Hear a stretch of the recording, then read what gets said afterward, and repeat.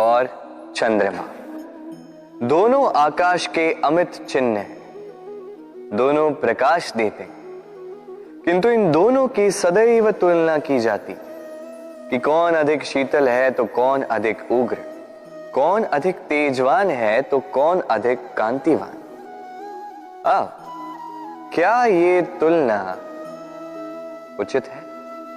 कदापि नहीं, क्योंकि ये दोनों भले ही प्रकाश पुंज हो, किंतु ये दोनों भिन्न हैं।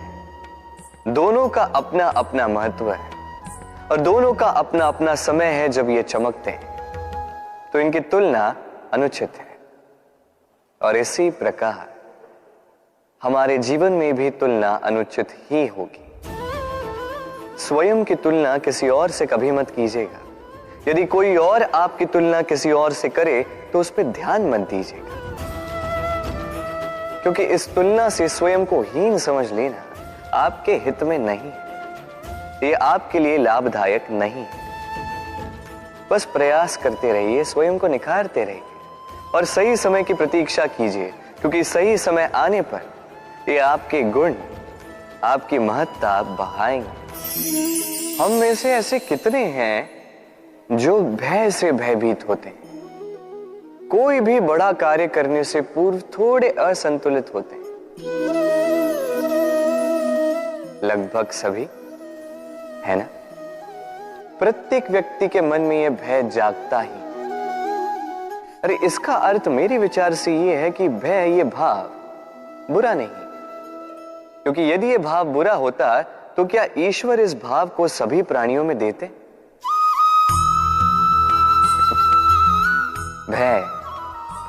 भय ये भाव हमारे लिए अच्छा है, आवश्यक है। स्मरण रखिए, कोई भी कार्य करने से पूर्व यदि मन में भय उत्पन्न हो जाए तो इसका अर्थ ये कि उस कार्य को करने में अनेक संकटों का सामना हमें करना होगा, और इन संकटों का सामना करने के लिए हमें साहसी बनना होगा। बस इतनी सरल सी बात है।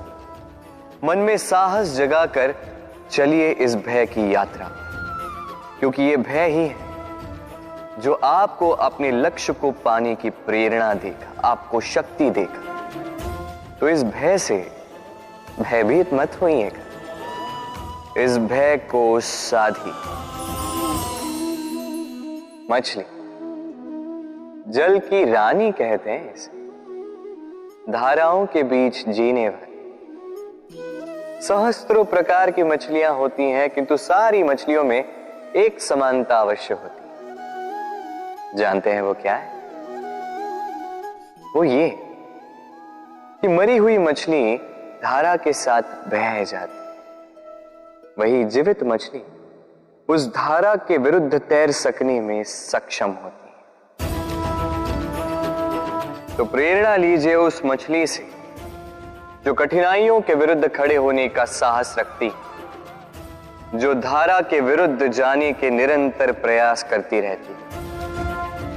आप भी सुनिए अपनी हृदय की पुकार को, सुनिए अपनी मन की पुकार को, और जीवन रूपी धारा को बाधा नहीं, लक्ष्य बनाकर आगे बढ़ी। तितली आकाश में सैर करती, सुंदर फूलों का रसवादन करती, उन्मुक्त घूमती, किंतु इस पर भी संकट कम नहीं। जैसे कि पतंग, जंतु, ये इसे अपना आहार बना लेते, इनसे इसे सावधान रहना पड़ता है। सत्य तो ये कि तितलियां अधिक सुरक्षित तब होती हैं जब इनके पंख निकले हुए नहीं होते, जब वो अपने खोल में होती, जब ना किसी की दृष्टि उन पर पड़ती है, ना किसी शत्रु को उसकी घात लगती है, किंतु तब ये बंद होती, अविचल निश्चल होती। इस संसार देखने के लिए, इस सुंदर आकाश पाने के लिए उसे अपनी सुरक्षा क्षेत्र से बाहर आना ही पड़ता है। और यही जीवन का नियम मनुष्यों के साथ भी यही होता है। यदि मनुष्य विश्राम और सुरक्षा, इनके बंधन ना तोड़े तो वो जीवित तो रहेगा, किंतु जीवन जी नहीं पाए। क्योंकि यदि जीवन में कुछ बड़ा करना है, कुछ बड़ा पाना, बड़ी ऊंचाइयों तक पहुंचना, तो सर्वप्रथम आपको इस सुरक्षा क्षेत्र से बाहर आना ही होगा, इस आराम को त्यागना ही होगा। तब आपको सफलता मिलेगी और तब आप इन तितलियों की भांति इस आकाश में सैर कर सकते हैं। मनुष्य में एक छोटी सी समस्या है, वो कभी स्वयं की निंदा सुन नहीं पाता। यदि कोई उसके विषय में कुछ बुरा कहे, सह नहीं पाता। सदैव भयभीत रहता है कि ये जो चार लोग हैं कहीं मेरे विषय में बुरा ना सोचे। और यदि उसे पता लग जाए कि कोई उसके पीठ पीछे उसकी बुराई कर रहा है तो दुखी हो जाता है। अब क्या इस कारण से स्वयं को दुखी कर लेना उचित है? कदापि नहीं। क्योंकि सबसे पहली बात जो आपको स्मरण रखनी है, यदि कोई आपकी पीठ पीछे बुराई करता है वो पहले ही आपसे 2 कदम पीछे है ना। ईर्ष्यावश आपके विषय में सारी बातें कर सकता है, किंतु यदि ऐसा नहीं, यदि वो सत्य कह रहे हैं तो सर्वप्रथम अपनी भूलों को समझे, उस सत्य को समझे और निकाल फेंके इन अवगुणों को। और फिर देखिए आप उनसे 2 कदम और आगे बढ़ जाए। क्योंकि ये जीवन रथ ये आगे देखकर चलाया जाता है, पीछे देखकर नहीं। तो ये पीछे देखना छोड़ दीजिए। जो वर्तमान है इसे देखें, इसे जी। जो भविष्य है, जो आपका लक्ष्य है, उसे साध और मेरे साथ प्रेम से कहिए, राधे राधे। इतना सुंदर पुस्तक है, सुंदर आवरण है, सजाए हुए पृष्ठ है।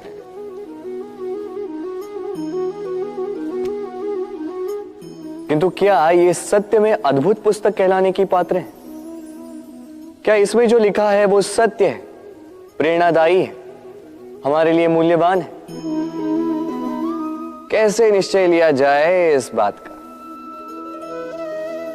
अब आप सोचेंगे कि सीधी सी बात है, आवरण को देख के पुस्तक की गुणवत्ता कैसे जानी जा सकती है? इसके लिए तो आपको उसे पढ़ना होगा, उसे समझना होगा, समय देना होगा, है ना? बिल्कुल उचित सोच रहे हैं आप। बस आश्चर्य की बात यह है कि पुस्तक के विषय में आप ये सारी बातें जानते हैं, किंतु किसी व्यक्ति के विषय में आप ये सारी बातें मन में नहीं लाते। व्यक्ति का मूल्यांकन भी उसके वस्त्रों से, उसके शारीरिक रूप से या उसकी सुंदरता से नहीं किया जा सकता। उसके लिए आपको उस व्यक्ति को पढ़ना होगा, उसे समझना होगा, उसे समय देना होगा। पर हम क्या करते हैं? पहनावे, रंग, सुंदरता को देखकर आकर्षित हो जाते हैं, उसे प्रेम समझ बैठते हैं और आए दिन कोई ना कोई ये कहते सुनाई देता है कि उसकी प्रेम कहानी सफल नहीं हो पाई, उसे छल मिला। किंतु इसमें दोष किसी और का नहीं, स्वयं आपका है। आपने उस व्यक्ति को समय नहीं दिया, आपने उस व्यक्ति के विचार नहीं परखे।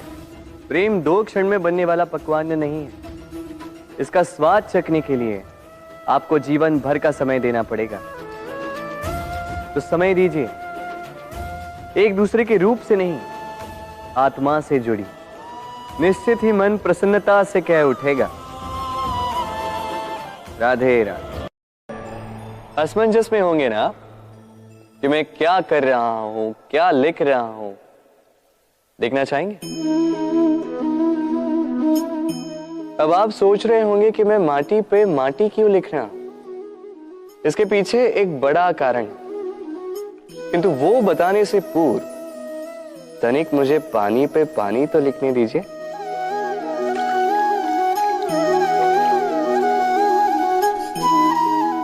क्या हुआ? जो मैंने लिखा वो दिखाई क्यों नहीं दे रहा? तो ये रहा आपके पहले प्रश्न का उत्तर। माटी पर माटी लिखना कितना सरल है, उतना ही कठिन है पानी पर पानी लिखना। संबंध भी कुछ इसी प्रकार होते हैं। बनाते समय माटी पर लिखने जितने सरल और निभाते समय पानी पर लिखने जितने कठिन। अब प्रश्न ये उठता है कि पानी पे लिखा कैसे जाए।